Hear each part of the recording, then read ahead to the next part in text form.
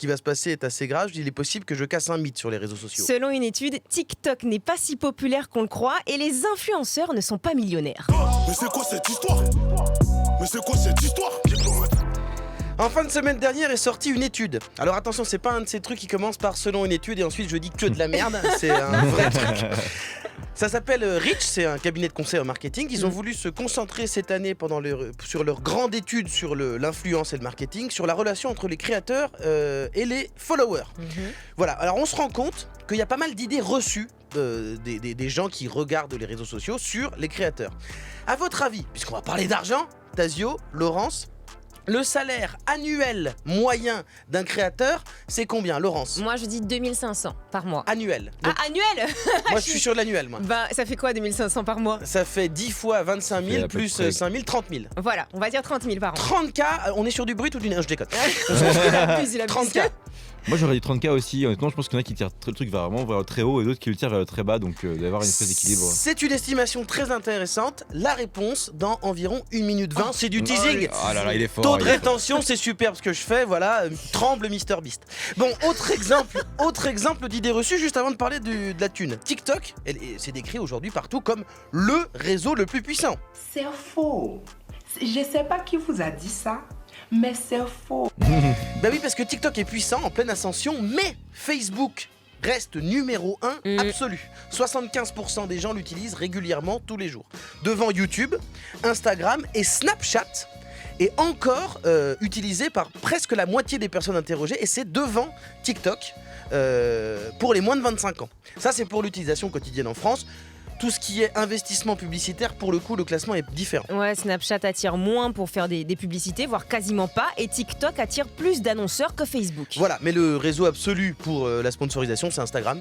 Quasiment toutes les marques, 95% des marques font des campagnes Instagram, parce qu'il y a 93% des créateurs qui ont un compte Instagram. C'est pas forcément leur espace principal de création, mais ils en ont un. Donc c'est le réseau des posts sponsorisés. Pour certains d'ailleurs, comme Enjoy Phoenix par exemple, qui le disait aujourd'hui, c'est une de ses principales sources de revenus. Et parfois ça rapporte même beaucoup. Comme par exemple, attendez, je vais demander, Mila Jasmine, tu gagnes combien ? Mais oui, je suis millionnaire. Voilà, ça rapporte pas mal. Mais on se doute que c'est pas le cas de tout le monde d'être millionnaire. Le revenu moyen des créateurs influenceurs. Laurence, tu m'as dit 30 000. Tazio, pareil. Les personnes interrogées dans l'étude disent, eux, 20 000 euros par an en moyenne.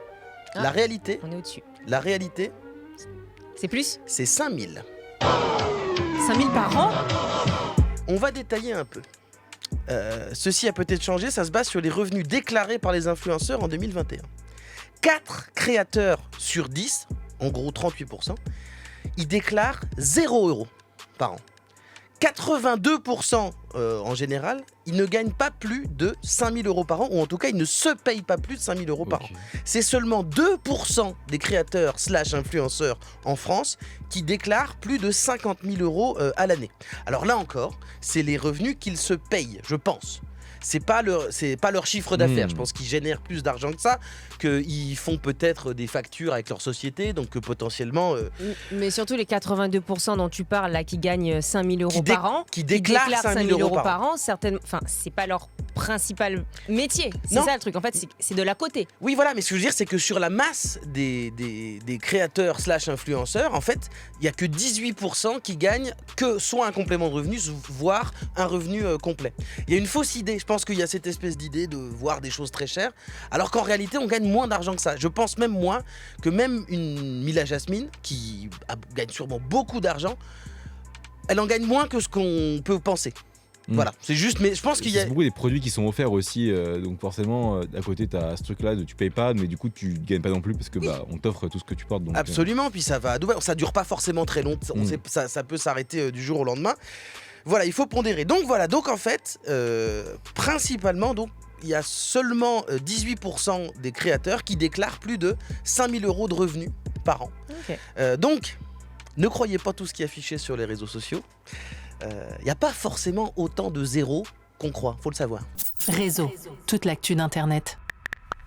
Avec Laurence et Guirane.